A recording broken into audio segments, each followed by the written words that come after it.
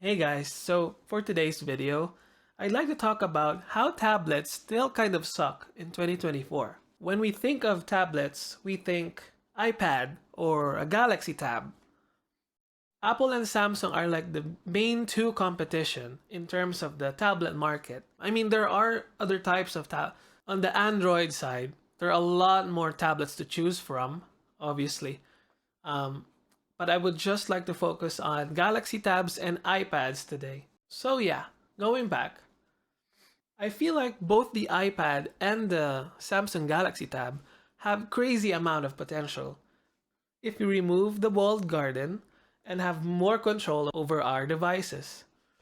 So if you're watching this video, I think I can safely assume that you also love tablets. Then you've heard about the Apple event last month where they talked about their new chip, the M4. By the way, that's the first time that they released an M series silicone chip with the iPad lineup. And then we saw the new features of the iPad, like of course the newer and better, more efficient processor. They also showed the new Apple Pen, but it seems like it just seems like innovation in the tablet space has stagnated. Like it's already at its peak, like with smartphones. It's just a shame that the iPad has a desktop class chip, but it still doesn't have like the capabilities to run maybe a simplified version of Mac OS. Um, I give props to Samsung because they do have like some sort of like they do have some kind of desktop alternative, like um, Dex mode. Like I feel like the iPad needs this kind of multifunctionality. Like basically use it as a laptop replacement. There's a lot of videos where tech reviewers, YouTubers say that they try to use an iPad or a Galaxy Tab for 1 week as their laptop replacement, but it just falls short.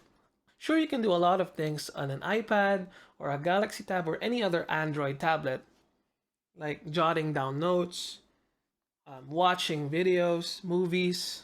But I mean, it's just so sad.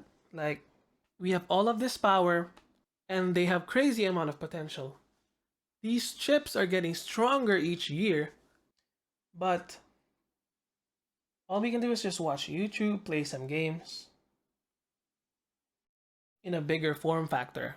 So where was I? Oh yeah. So it would be nice if the Apple iPad, the newer ones, would be able to run some sort of a light version of Mac OS. And on the other side, on Android side, it would be nice if it would support actual Windows 11. So as far as my knowledge goes, I know that Android is based off Linux, uh, but I've seen videos. I've seen videos on the Geeker One channel where like the Snapdragon 845 can actually run Windows, and it's insane to me because the chip inside in my on my Galaxy Tab is the Snapdragon 8 Gen 1, and it's heaps and bounds better than the 845. So that I assume that this can run Windows too. I know that there are tablets that run Windows like Surface, the Microsoft Surface, the Lenovo Legion Go, Minus Forum. I know that ROG has like a tablet thing, Z13 or Flow, uh, whatever. But the point is, they are dedicated Windows tablets, and I just feel like they aren't mainstream enough.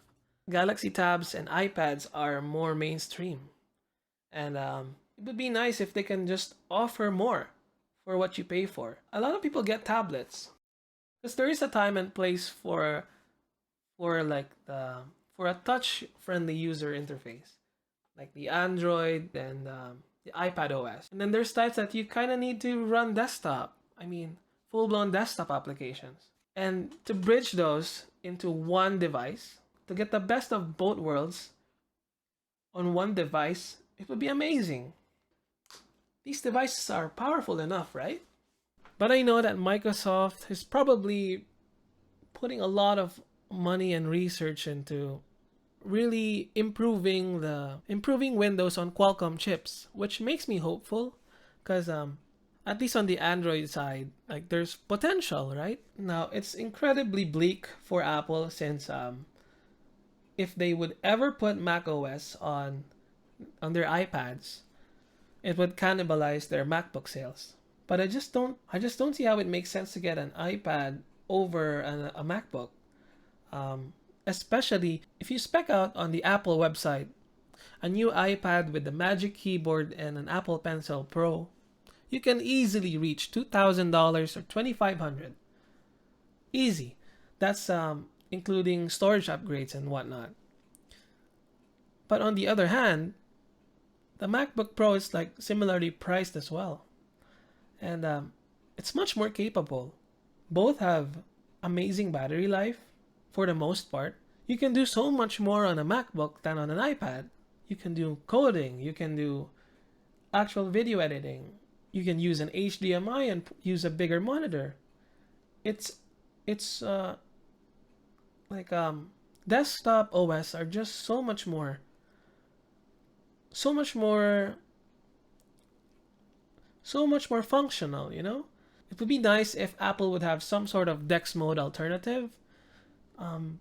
Because right now, it just doesn't make sense. Like the only professions that I feel would benefit greatly from the bigger surface area of tablets are creative professionals, like artists who make illustrations or art, drawings, and that's pretty much it. You can let me know at the comments below. But because if you want to do programming, if you want to do programming here, it would be a pain in the ass. Video editing on tablets are really difficult because it's janky. The file management for both is subpar compared to Windows or Mac OS. It's just inconvenient, you know? These tablets are getting heavier and heavier. These tablets with a case, a protective case, because you want to protect your investment, right? Get really heavy as well. This one, if you remove the case, it's light, but I put a unicorn case on it, and it's really heavy right now. So, is it really worth it?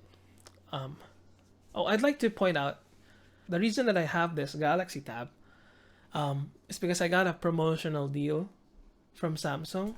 When I bought my S22 Ultra and then I traded in my older Samsung phone, they gave me a promotional discount. I got this basically for $300.